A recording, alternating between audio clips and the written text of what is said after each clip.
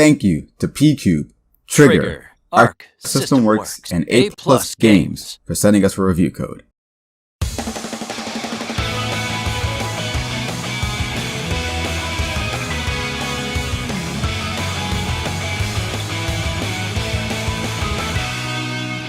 In 2014, Trigger Studio released one of the greatest series of all time, an anime so profound and amazing that it is literally titled as the anime that saved anime. From the minds of Hiroyuki Yamaishi and Kazuki Nakashima comes one of my favorite anime of all time, Kill la Kill. Fans of the anime have asked for years for a game dedicated to Trigger's works, with their powerful and entertaining characters, colliding in fast-paced, over-the-top action, and that call has finally been answered thanks to Arc System Works and A+ Games. So here it is, Kill la Kill fans, the moment you've been waiting for.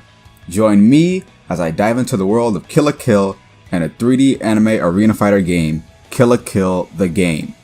If.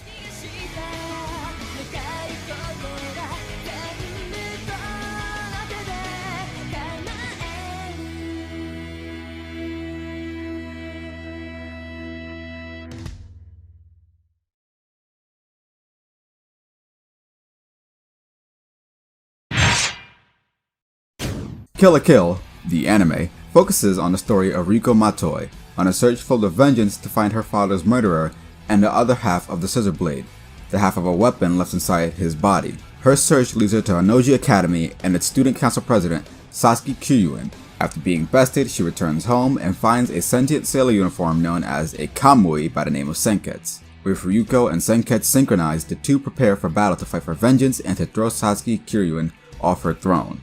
I of course don't want to spoil the anime itself, even though it is 5 years old now. If you're interested in watching it, it's on Hulu, which is also on the Switch. However, Kill la Kill the Game, If, takes a slightly different approach to the story. This time, Sasuke is the focus of the story, and her plan to carry Honnouji Academy into an uprising against her corporate and corrupt mother, Ragyo Kyuin, who wants to use the life fibers within clothing and Kamui to rule the world. While I would like to delve more into the story of the game, ArcSys and Trigger have access to keep quiet on the specific details of what happens beyond the first chapter, so you can all enjoy it for yourself. But I will still share my thoughts on what I played. Now, while I do like the original story, I do understand that a continuation of the original story can't really happen, as it is a tightly knit conclusion. In addition, it wouldn't be that wise to sell a game with a completely new story that would require newcomers to the series to watch the anime first. The way the story for If was crafted and presents itself is that you should watch the anime after you've played the game, thus kind of making it a prequel. However, I'm not fully happy with how Kazuki Nakashima went about writing the game's story. It gave a new perspective and added some new aspects to the story I already liked, but in the end, none of it necessitates watching the anime afterwards. With Kill la Kill If being an anime arena fighter, it plays similarly to most anime fighters. I'll be using Naruto's Storm as an example to highlight what I'm referring towards. Let's get the basics out of the way. If is a 1v1 3D arena fighter, and the stages can vary in how big they are or how they're specifically shaped. You have your close range attacks with the Y button, a long range attack with the X button, a jump attack that turns into a homing dash when you double tap the B button, which functions as a combo starter, and interestingly, there isn't a throw button. Instead, there is a guard break button with the A button that not only breaks your opponent's guard, but allows you to homing dash into them after knocking them out and keep a combo going. Your guard will turn into a sidestep when you move while holding the R button down, which can make some story battles look like you're playing Touhou. And then there are your ranged special attacks. Press the L button with any of the attack buttons to unleash a special close ranged, long ranged, or break attack, and with each of them comes a cinematic flair of Kill la Kill. However, Kill la Kill If's most unique mechanic comes with pressing the L and R buttons. When you're attacked while your SP bar is above 50%, you activate a burst that knocks your opponent back and stops their attack. However, if you do this with your opponent's guard down, it will activate a Ketsui Testament. When a Ketsui Testament is started, the players will be thrown into a game of rock, paper, scissors that consists of the characters actually taunting, provoking, or mocking the opposer. Just to clarify, this is only for the person that activates the Testament. If they win, not only does the Testament continue, but they also gain a boost in HP, SP, attack, speed, or whatever that specific character can get. But they can also gain a star on their status bar. If they get 3, then they'll be able to perform a Sen Isoshitsu, or a Oko attack, when their SP hits 100%. So as the opposing player, your job is to win this game of rock, paper, scissors, so you gain a boost instead, and also attack your opponent. You can tie, which will also end the Testament, but will count as a win for the person who conducted said Testament. There are other modes aside from the standard versus mode. You have survival mode, training mode, online with and without ranked, and covers mode. In covers, you'll be able to fight a horde of covers in a set amount of time until you die, or to see how fast you can kill 100 of them. After that information overload, let me share my thoughts with you. All in all, it is a very mixed bag for a number of reasons. I love that even though you can start a combo by pressing the close range attack button, you can easily lead into a different attack or combo by changing the direction you're holding, or by using a different attack altogether. If you knock your opponent into the wall of the arena, they'll basically be in a vulnerable state where you can wallop on them again. There are other neat tidbits that I do want you guys to figure out on your own though. In terms of what I don't like, it's more on the presentation side, but there are other gameplay issues as well. There are 3 long-range fighters, Jakuzure, Inamuta, and Ragyo. Jakuzure isn't fun to play, and Ragyo is super slow in terms of her attack and movement speed. When your opponent's on the floor, you have to wait for them to get up so you can attack them again. It doesn't seem like there is an aerial recovery to really keep the pace of the battle constantly going unless you end up super high into the air, but part of the fight also feels like you have to wait for things to just go right, even when you're already attacking, or for invincibility frames to actually wear off when you still should be attacking them. It is a fighting game. The roster of characters is incredibly small. Currently there are only 10 characters, Sasuke, Ryuko, a dual-wield version of both, the Elite Four, Nui Harime, and Ragyo. There's going to be free DLC that includes Mako and Ultimate DTR, but that's still only 12 characters. In a game where the gameplay isn't that in-depth, having a small amount of fighters doesn't help expand the variety of fun options. Maybe there could have been more fighters like the boxing and tennis club presidents, or the leaders of Nudist Beach. Even the MK3 versions of each of the Elite Four are not in this game. Not even Ragyo and Sasuke in their fully powered Kamuis are available, but Sasuke's fully powered Junketsu is in the story mode. You can save replays in this game, but they can't be over 180 seconds long. There are a lot of weird things and issues here that I don't really understand. Now let's focus on the thing I cared about the most for this game. If you're going to be a kill game, you have to feel like a kill game. So let's start off small. The game runs at 1080p docked, 720p handheld, and at 30 frames per second for both. In docked mode, it isn't noticeable. For handheld mode, it's definitely noticeable, and it looks like it drops frames as well. Now a great thing is that the game has Japanese and English voice options, which is an absolute blessing because I love the English dub and that's what I play using. However, the mixing of the dub is really strange.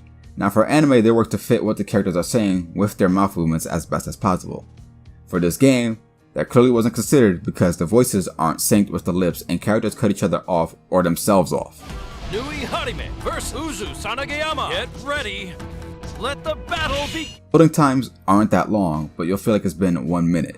It might be because the game's quality is lowered on handheld, but loading times feel longer even though they probably aren't. But on the character select screen, you'll definitely know that it's taking longer for the character to load in. I will praise this game for having a sound test for both music and voice lines. Not just because it means I can hear the music and character dialogue, but because the voice actors, both the English and Japanese cast, actually left them messages talking about how excited they were to be back and what Kill la Kill meant to them. The visual impact of attacks are lacking in story mode cutscenes and even in the story mode selection screen. The faces of characters trying to emote looks off and very awkward. One of the worst things I've seen was the Life Fiber override and synchronized transformations because not only does it skip right to the costume being on, but when Sasuke activates her Kamui, the latches on her outfit are just a texture. I know this is a 3D game, and to compare it to the anime is unfair because the show isn't as limited.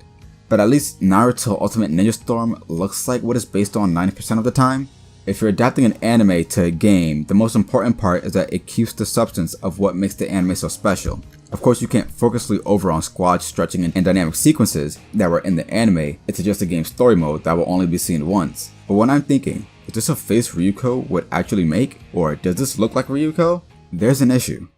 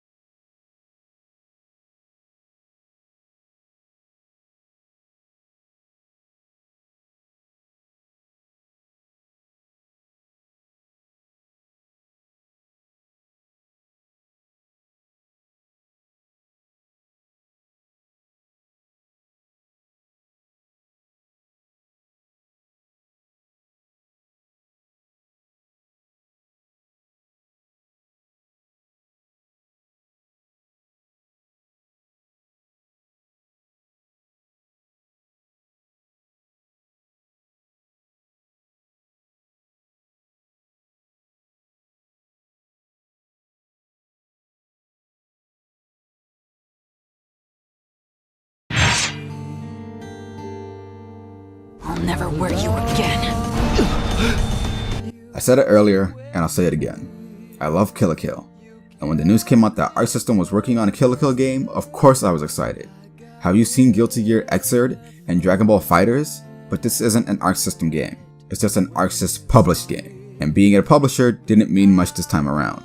3D Arena Fighter is a genre and style of gameplay. What you do with that is what matters the most. This isn't a game that synchronizes with the Kill la Kill name. It simply wears it and borrows aspects of Kill la Kill. Now before this game came out, I had nobody to play with. The game released this past Friday, so now it's in people's hands, and I have people to play against online, even though I've been playing it for the past few days and I haven't really found any matches.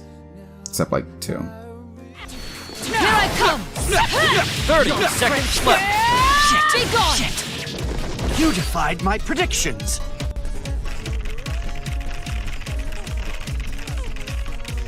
Okay, so I'm playing the game right now for some reason. Neither of us can move for some reason. What the hell is going on? Like, I can't move. He can't move. I'm pressing like 10 seconds you hear left. my controller 9, right now. Make me 8, wait. And I can't 7, move. So 6, I'm gonna lose the match 5, because of some 4, reason I have no idea 2, about. 1. You were Time's up. lucky. Next time, you're What the dead. fuck is this bullshit, man? Thank you, Lady Satsuki. I got some fantastic data from you. Winner! Hoka This game Inumuta! is a fucking disappointment. Although this game has left me with some disappointment as a Kill la Kill fan, the gameplay is still very engaging and fun when playing against others. There is still fun to be had with this game, and I hope A+ and Arc Sys support it consistently, with updates that turn it into a better product. I don't want this game to be dead on arrival. I've shared my thoughts with you. Now the choice is yours to make. Thank you once again to PQube, Trigger, Arc System Work, and A+ Games for sending us a review code.